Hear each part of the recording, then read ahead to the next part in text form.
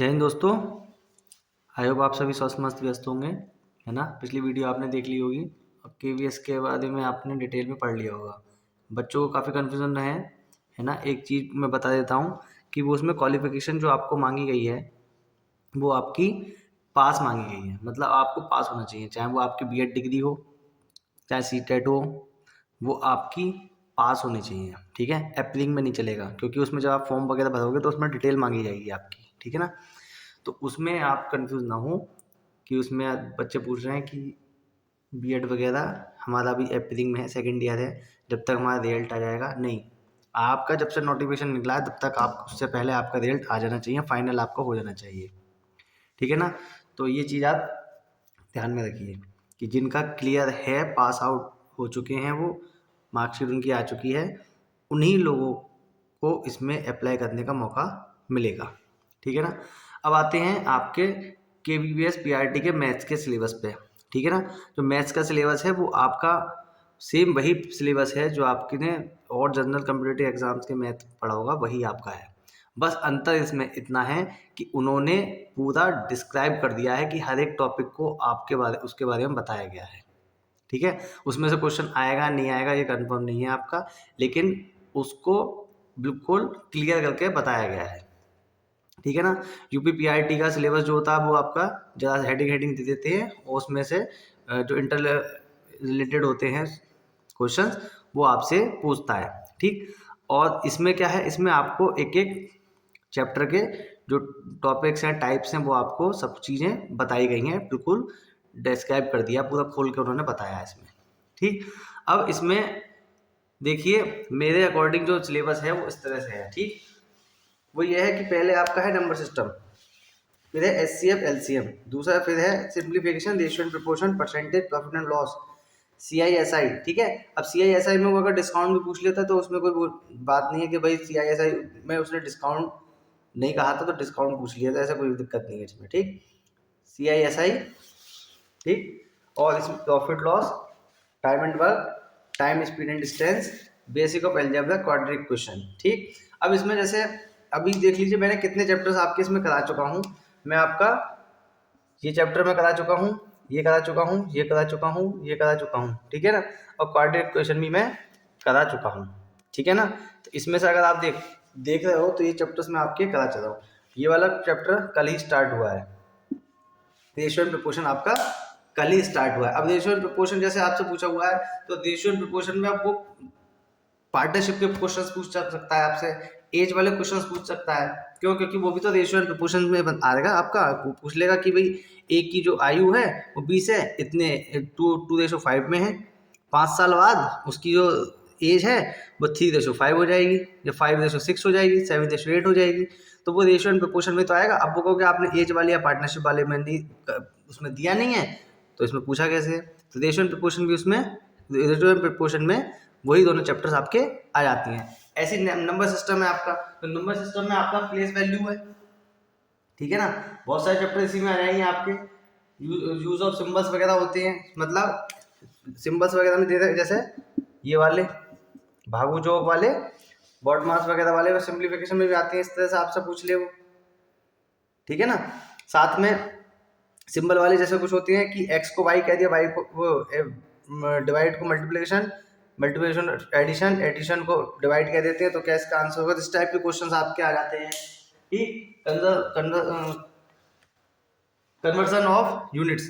ठीक है। तो कन्वर्जन ऑफ यूनिट्स में क्या होता है कि पूछ लेगा किलोग्राम को जो है इतने में कितने ग्राम होंगे, या कितने डेसीग्राम होंगे, सेंटीग्राम। ठीक। Millimetre, centimetre, kilogram. ठीक है। Litre, hectolitre, decalitre. तो ये इस तरह से इनका कन्वर्जन वो पूछ सकता है कि कितने होंगे। ठीक। होल नंबर्स आपके, होल नंबर्स हो गए, प्राइम नंबर्स, कोफैक्टर्स। ठीक। तो ये उसमें ब्रीफ करके, उसने ब्रीफ मतलब डिस्क्राइब पूरा करके दे दिया है। ठीक है।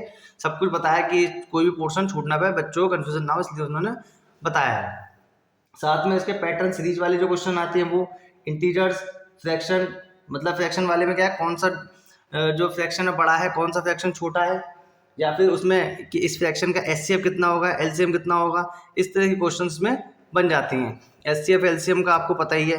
ठीक। ये SCF दिया है, LCM दिया है, और फर्स्ट नंबर ये तो सेकंड पूछ लेता है, उस टाइप के क्वेश्चन। सिंप्लीफिकेशन आपको पता है, percentage preference loss, SI CI जो मैंने क्वेश्चंस करा चुका हूँ वो काफ़ी अच्छे लेवल के करा चुका हूँ, उससे बाहर आपका नहीं जाएगा। आप उस प्ले लिस्ट में जाके सारी वीडियोज़ मेरी देख सकते हैं। ठीक, ये चैप्टर्स आपके कंप्लीट हो गए हैं, ठीक है ना। तो इससे बाहर आपका कुछ नहीं जाएगा। अब देख लीजिए इतने कम टाइम में मैं इतने चैप्टर्स आपके कंप्लीट करा चुका हूँ, मतलब कि आपका इसमें से हो चुका है। क्वाड्रेटिक इक्वेशन में क्या होता है भाई, दी होती है x² - 5x + 6 दे रखा है।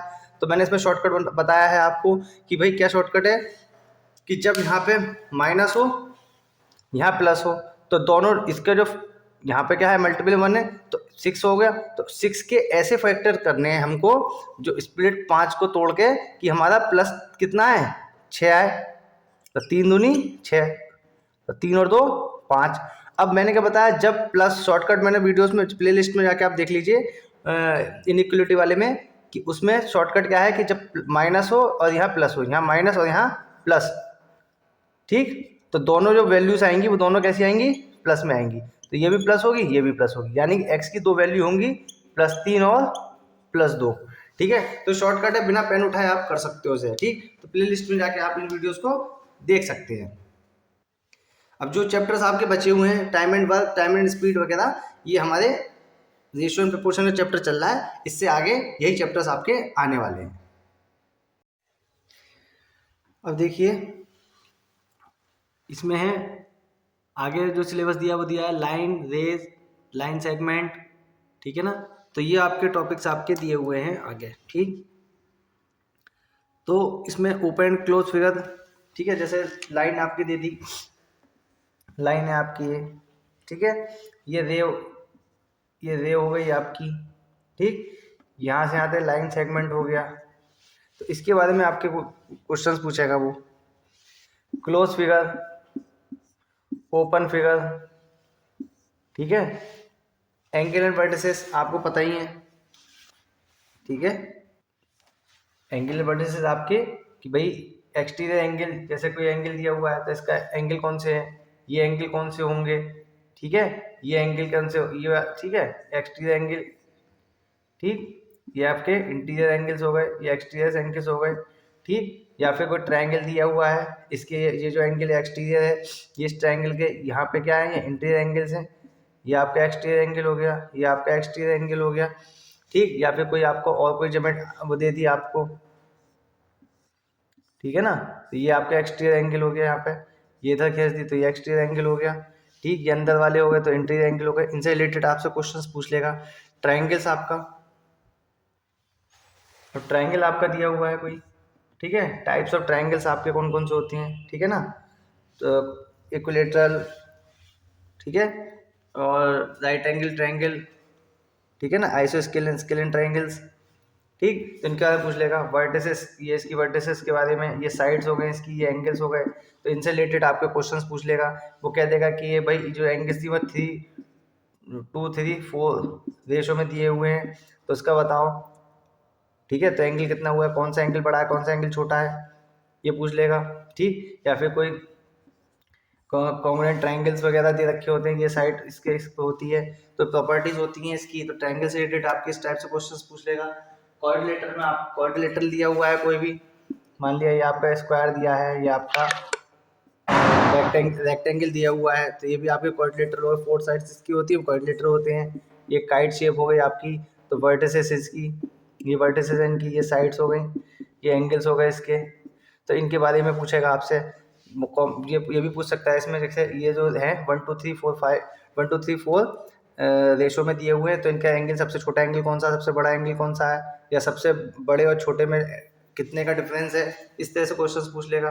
सर्किल में पूछ लेगा आपसे, इसे पूछ लेगा सर्किल में, सर्किल में जो है, सर्किल में कैसे पूछ लेगा आपसे भाई, ये कोई सर्कल हो गया, उसका सेंटर हो गया, ठीक है, ये उसकी रेडियस हो गई, ये उसका क्या हो गया डायमीटर हो गया, ठीक, ये उसकी कॉर्ड हो गई, ठीक, ये भी कॉर्ड हो गई, ये भी कॉर्ड हो गई, ठीक। इसके चारों तरफ हम चल दिए तो ये क्या हो गया पेरीमीटर हो गया। इससे रिलेटेड क्वेश्चंस पूछ लेगा आपका, बात समझ रहे हैं। आर्क, अगर वो इस तरह से अगर कोई पूछ ले, जैसे सर्किल दिया हुआ है तो ये सेंटर पे बना हुआ एंगल है, तो इसकी आर्क पे जो एंगल बनेगा वो कितना होगा, इस तरह से पूछ सकता है आपसे। तो आर्क के बारे में पूछ सकता है आपका, ठीक। या फिर क्वेश्चन आपको दे सकता है कि इस तरह से, ठीक है, कोई क्वेश्चन दे दिया आपको इस तरह से आर्क का, तो ये भी तो आर्क है, यहाँ से यहाँ तक ये आर्क है, ये भी आर्क है, ये भी आर्क है, ये मेजर आर्क हो गई, यहाँ से यहाँ तक ये माइनर आर्क हो गई, ये बड़ी आर्क हो गई आपकी, ये छोटी आर्क हो गई। तो आर्क का दे दिया आपसे, ठीक। तो इनसे रिलेटेड क्वेश्चन पूछ सकता है। तो वो तो इस तरह से आपका दिया हुआ है, ठीक है ना। सिलेबस वाइड सिलेबस दिया है, उस सिलेबस में किस किस टाइप के वो क्वेश्चंस पूछ सकता है, टॉपिक्स कौन कौन से हो सकते हैं, उसके इंटरली जो क्वेश्चन से बनेंगे वो किस तरह से बनेंगे, तो वो आपको इतना सारा करके दे दिया है, ठीक है। तो ये आपके कुछ चैप्टर्स ये हो गए। फिर लास्ट में बचता है डीआई का। डीआई मतलब फिगर वाले क्वेश्चंस, पिक्टोग्राफ वगैरह, ठीक है ना, बारग्राफ, पिक्टोग्राफ वगैरह जो है डीआई के क्वेश्चंस में पूछेगा, पाई चार्ट वगैरह उनसे रिलेटेड क्वेश्चंस पूछे जाएंगे। तो मैंने बताया है कि इसमें क्वेश्चन आपके कौन से बनते हैं, इसमें सिंप्लीफिकेशन के बन जाते हैं, ठीक। एवरेज का क्वेश्चन बन जाता है इसमें, रेशियो एंड प्रोपोर्शन का बन जाता है आपका, ठीक है ना, और परसेंटेज के इसमें क्वेश्चंस बन जाते हैं आपके, ठीक। एडिशन, सब्ट्रैक्शन, एवरेज और रेशियो, परसेंटेज, इस टाइप के क्वेश्चंस आपके डीआई वाले क्वेश्चंस, डीआई वाले टॉपिक में बनेंगे। तो है सिंपल वही आपके चैप्टर्स ये जो जनरल वे में आपके आते हैं एग्जाम्स में, चाहे वो बैंक हो, एसएससी हो, ठीक है ना, पुलिस की हो, तो उसी वही वाला सिलेबस है आपका। लेकिन वो इतना वाइड दे रखा है कि बच्चों को समझ में नहीं आ रहा है, ठीक है ना, कि कौन सा क्या पूछ लिया है इसमें। है सब वही, बस आपको क्या है, चैप्टर्स को इनको करते चलना है, क्वेश्चंस अपने आप आपको मिलते चले जाएंगे। बहुत सारे चैप्टर्स मैंने आपको करा भी चुका हूँ, आगे वीडियोस चलती रहेंगी ऐसी कंटिन्यू, और आप चैनल पे बने रहिए मेरे। सारा केवीएस पीआरटी का मैथ्स वगैरह जो होगा वो सब कुछ यहीं पे आपको मैं अवेलेबल कराऊंगा, ठीक है ना। लाइक शेयर सब्सक्राइब करते रहिए और लोगों तक मेरी वीडियोस पहुँचाते रहिए। अब आते हैं अगले सिलेबस पे। आगे दिया है आपका 2D और 3D, ठीक है। उसमें जो दिया हुआ है वो सिलेबस अगर आपका जो देखा जाएगा तो उसमें वो है लास्ट में 2D और 3D। तो 2D में आपके जो शेप्स आती हैं वो क्या क्या आ जाती हैं आपकी, भाई स्क्वायर आ जाता है, रेक्टेंगल आ जाता है, रोम्बस आ जाता है, ठीक है। ये सब आपके क्या आते हैं 2D में आ जाते हैं। तो उसके बारे में आपको पूछा होगा, पेरीमीटर पूछा होगा या एरिया पूछा होगा, और उसमें कहा होगा कि भाई वर्ग का जो एरिया है, स्क्वायर का जो एरिया है वो रेक्टेंगल के इक्वल है, तो उसकी साइड्स पूछी होंगी आपकी। या ट्रायंगल का एरिया आपका पेरीमीटर के इक्वल बता देंगे। या किसी किसी तार को खोल के, सर्कुलर तार को खोल के क्या बनाया गया है, एक वो स्क्वायर बनाया गया है, तो उसका एरिया पूछ लेगा, पेरीमीटर पूछ लेगा, ठीक है। तो उसमें शेप्स कौन कौन सी होगी मैंने आपको बता दिया। फिर आते हैं 3D पर। 3D में क्या पूछ लेगा वो, भाई टोटल सरफेस एरिया पूछ लेगा आपका, कर्व सरफेस एरिया पूछ लेगा, वॉल्यूम पूछ लेगा उसका, किसका, क्यूब का पूछ सकता है, क्यूबाइड का पूछ सकता है, स्फीयर का पूछ सकता है, कोन का पूछ सकता है, सिलेंडर का पूछ सकता है। तो उसमें भी सेम इसी कंसेप्ट के आपके क्वेश्चंस होंगे। वो कहेगा कि भाई जो क्यूब है उसका जो वॉल्यूम है, क्यूब का जो वॉल्यूम है वो क्यूबाइड के बराबर है। या कह देगा कि सिलेंडर का जो वॉल्यूम टोटल सरफेस एरिया है वो आपके कोन के सरफेस एरिया के बराबर है। इस तरह से पूछ लेगा 3D में, ठीक। तो जो सिलेबस है वो आपका वही है जो आप पढ़ते हुए आते हो जनरल मैथ का, ठीक है। लेकिन वो इतना आपको डीप खोल के दे दिया, डिस्क्राइब कर दिया उसने कि आप लोग कंफ्यूज हो रहे हो। तो कंफ्यूज होने की जरूरत नहीं है, वही सब सिलेबस है जो आप अभी तक पढ़ते हुए आ रहे हो। बस उसने बता दिया कि भाई जो क्वेश्चंस बनेंगे वो किसी टाइप के बनेंगे। जब आप चैप्टर्स करेंगे तो चैप्टर्स में वो सारे टाइप्स आते जाएंगे, वही सारे क्वेश्चंस आते जाएंगे, और वो जो आपका केवीएस पीआरटी का मैथ्स का सिलेबस दिया हुआ है वो आपका होता चला जाएगा। तो इसमें कोई टेंशन की बात नहीं है। मैंने आपको पूरा ब्रीफली डिस्क्राइब करके बता दिया है कि कौन सा टॉपिक कौन कौन से हैं, कौन कौन से चैप्टर्स हैं, वो सब चीज़ें मैंने आपको बता दी हैं। हम लोग धीरे धीरे जब एग्जाम आएगा जब तक हम ये सारा सिलेबस पूरा कर चुके होंगे, और साथ ही साथ क्या, साथ ही साथ रिविजन में हम कर लेंगे, ठीक है। काफ़ी पोर्शन मैंने अगर देखा जाए इस सिलेबस के अकॉर्डिंग तो 30-35% मैंने आपको सिलेबस करा चुका हूँ मैं आपका, ठीक। और चैनल पे आप बने रहिए, आगे भी जो वीडियोस होंगी वो आपको मिलती रहेंगी। और जनरल साइंस का जैसे है, अगर आप लोग कमेंट सेक्शन में बताओ कि जनरल साइंस पर भी मैं आपकी वीडियो बनाऊँ, कहाँ कहाँ से टॉपिक्स पूछे गए हैं, तो उस पर भी आप मुझे कमेंट सेक्शन में कमेंट करके बताइए कि मुझे उस पर वीडियो बनानी चाहिए, नहीं बनानी चाहिए, या फिर मैं आगे सिलेबस की तरफ बढ़ता चलूँ, ठीक है ना। आप लोग अच्छे स्वस्थ मस्त व्यस्त हैं इसी तरह से, और वीडियो को लाइक शेयर सब्सक्राइब करते रहिए, ज़्यादा से ज़्यादा लोगों तक पहुंचाते रहिए, ठीक है ना, और सपोर्ट करते रहिए। बस इतना ही कहना है मेरा आपसे, ठीक है। आज के लिए इतना ही। थैंक यू, जय हिंद।